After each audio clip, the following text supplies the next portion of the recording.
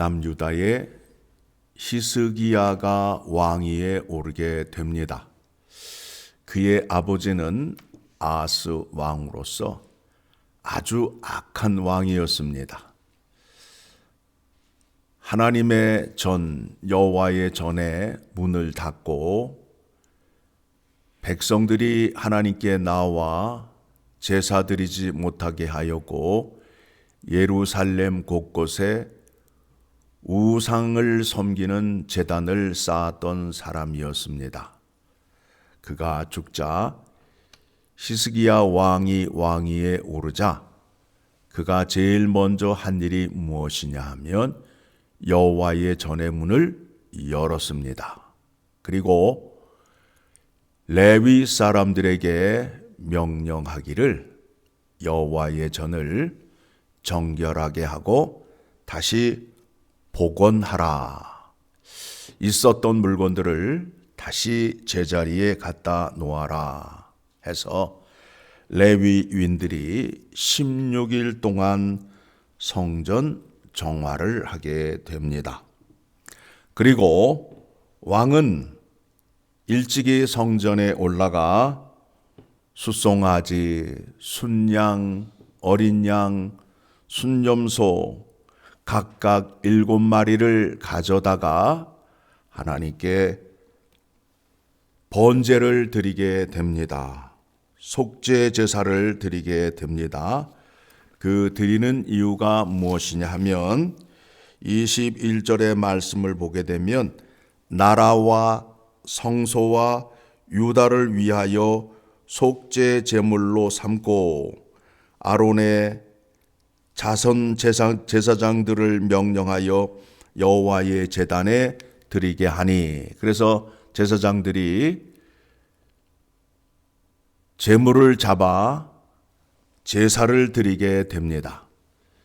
무슨 일이냐 하면 히스기야는 왕위에 오르자 군사력과 정치력을 강화시킨 것이 아니라 하나님과의 관계를 먼저 복원하였습니다. 하나님과의 관계를 다시 맺음으로 인하여 하나님께서 약속하신 복을 누려야만이 이 백성들이 평안 가운데 있음을 히스기야는 알고 있었습니다. 7절 하반절 말씀을 보게 되면 이스라엘의 하나님께 번제를 드리지 아니하므로 여호와께서 유다와 예루살렘에 진노하시고 내버리사, 하나님과의 관계가 멀어지게 되니까 그들이 하나님을 찾아오지 아니하니까 하나님이 그들을 버림으로 인하여 이방 나라가 침입하고 그들이 갖고 있었던 것을 빼앗기는 일이 있었습니다. 그 일을 막기 위해서 군사력을 먼저 세워야 하는 것이 아니라 하나님과의 관계를 먼저 회복하여야 됨을 알고 하나님 앞에 나아가 제사를 드리게 되는 것입니다. 제사를 드릴 때에 다윗이 정한 예배의 질서를 따라 제사를 드리고 있음을 오늘 말씀을 통하여 확인할 수 있게 됩니다. 자, 예배를 드릴 때에 왜 하나님이 정하신 방법대로 제사를 드려야 되고 예배를 드려야 하느냐 하면 예배의 주도권이 여호와 하나님께 있기 때문에 그렇다라는 겁니다. 그런데 우리는 예배를 만홀히 여겨서 자기 마음대로 드려요. 내가 예배를 드렸으니 하나님이 받으셨을 것이라 자기 마음대로 생각을 해요. 만약에 자기가 예배를 드렸는데 하나님이 그 예배를 받지 않으시면 어떻게 되는 거예요? 하나님과의 관계가 다시 복원되지 않잖아요. 예배를 실수하시면 안 됩니다. 실패하시면 안 됩니다. 실패하지 않기 위해서는 하나님께서 정하신 방법대로 하나님이 원하시는 대로 예배를 드려야 된다라는 거예요. 아무 데서나 자기 마음대로 예배를 드리고 나는 할 것 다 했다라는 식의 믿음을 갖고 있으면 심히 곤란하다라는 겁니다. 하나님이 정한 질서를 따라 예배를 드리는 믿음이 있어야 함을 오늘 말씀을 통하여 확인하시기 바랍니다. 그리고 하나님께 제사를 드리는 데 있어서 속죄 제물을 드려야, 즉 죄 사함을 받아야 하나님 아버지 앞으로 나아갈 수 있다라는 겁니다. 죄 있는 자, 부정한 자는 하나님 아버지 앞으로 나아갈 수 없어요. 자, 히브리서 9장 22절의 말씀을 보게 되면 같이 읽습니다. 율법을 따라 거의 모든 물건이 피로써 정결하게 되나니 피 흘림이 없은즉 사함이 없느니라. 피로, 동물의 피로 백성들의 죄를 용서받을 수 있고, 동물의 피로 성전 안에 있는 기물들을 닦았어요. 그렇게 되어서 정결하게 된 것입니다. 우리는 동물의 피를 들고 하나님 앞으로 나아가는 것이 아니라 예수 그리스도의 십자가의 보혈의 피를 들고 나아가는 겁니다. 보혈의 믿음을 들고 나아가는 겁니다.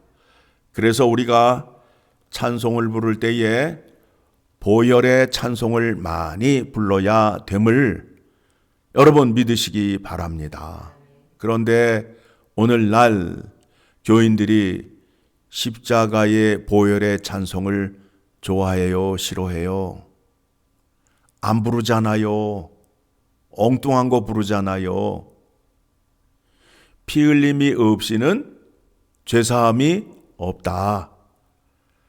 여러분이 정결하게 되기 위해서는 동물의 피로 정결하게 되는 것이 아니라 예수 그리스도의 십자가의 피로 정결하게 됨을 기억하시고 그 찬송을 부르시고 그 공로를 의지하고 그것을 믿음으로 인하여 정결한 자가 되어서 하나님 아버지 앞으로 담대히 나아갈 수 있다라는 겁니다. 그래서 불러도 아쉬울 것이 없고 손해볼 것이 없는 것이 무엇이냐 하면 보혈의 찬송이에요. 이 찬송을 다시 부르셔야 돼요. 교회 오실 때에 찬송가 들고 오시고 성경책 들고 오시기 바랍니다. 전화기 하나 달랑 들고 와서 전화기 붙잡고 헤매는 신자 되지 마시고 찬송가와 하나님 말씀 속에 얼마나 귀한 약속의 말씀이 있는지를 확인하게 되면 그 말씀 붙잡고 의지하며 기도하며 찬송할 수밖에 없다라는 겁니다.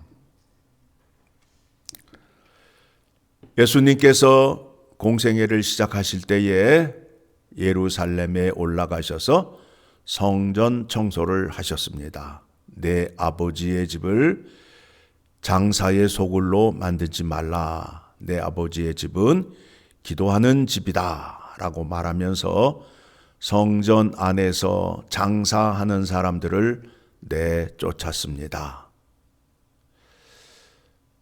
하나님을 만나는 장소, 하나님께 예배를 드리는 장소, 여러분 귀 생각하시고 정결하게 하셔야 됩니다. 하나님은 부정하고 더러운 것을 싫어하십니다. 다시 복원하는데 레위 사람들이 며칠 동안 청소를 했다고요? 16일 동안 청소를 하였습니다. 여러분, 하나님께 예배 드리는 장소, 더럽고 부정하고 그런 것들은 다 갖다 버리고 청결한 마음으로 청결하게 유지하며 예배를 드리는 우리 모두가 되어야 됩니다. 그래야 하나님이 우리의 예배를 받으십니다.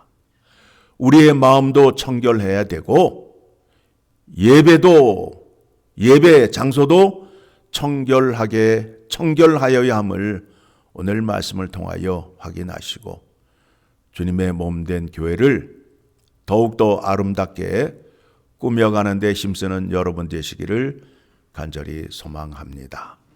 기도하겠습니다. 하나님 아버지,